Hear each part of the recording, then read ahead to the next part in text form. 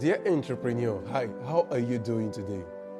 Have you ever asked, why is it that a lot of farmers in Nigeria, why are they poor? What can we do to ensure that they are not poor? You see, there are two ways I always say that you can help people out of poverty. Option number one is to try to reduce the price of what they spend money on. Meaning, if what they are spending money on costs 10 naira, if I can reduce that to 3 naira, they have a 7 naira savings. That 7 naira savings increases their wealth. Second way is by increasing their revenue, their income, the money that comes to them. Now, for farmers in Nigeria, the option two is a possibility, but it is not being done. Why? Because right now, the farmers we have in the country are gambling. They are not into business. Why do I say that? Think about it. When it is time to buy inputs, the market determines the price for the farmer.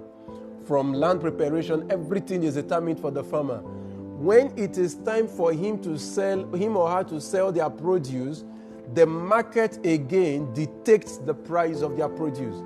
That is not a business, that is a gamble against a system.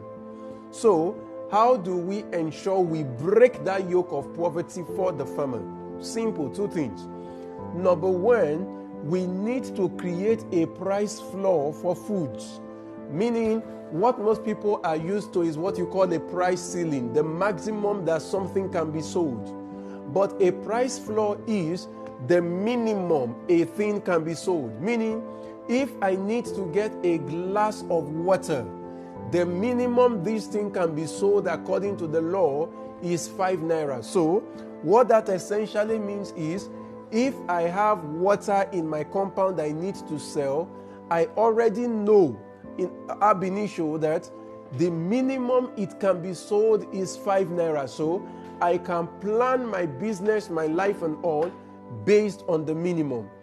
Number two is we need to bring in metric system across the value chain, especially before the farmers, the fresh produce sellers, such that there is an agreement that things are bought per kilo or per liter, like is already done in the poultry value chain. With that, the farmers now understand that there is a minimum based on quality. If you have grade A, this is the minimum, grade B, C, D, and so on and so forth. And this is the scale for measurement. So the consumers are aware, the farmers too is aware. Nobody is taking advantage of the other. Nobody feels the aggregators are taking advantage of the farmers and vice versa. It now becomes a level playing ground. This is going to be the foundation for sustainable wealth for the farmers.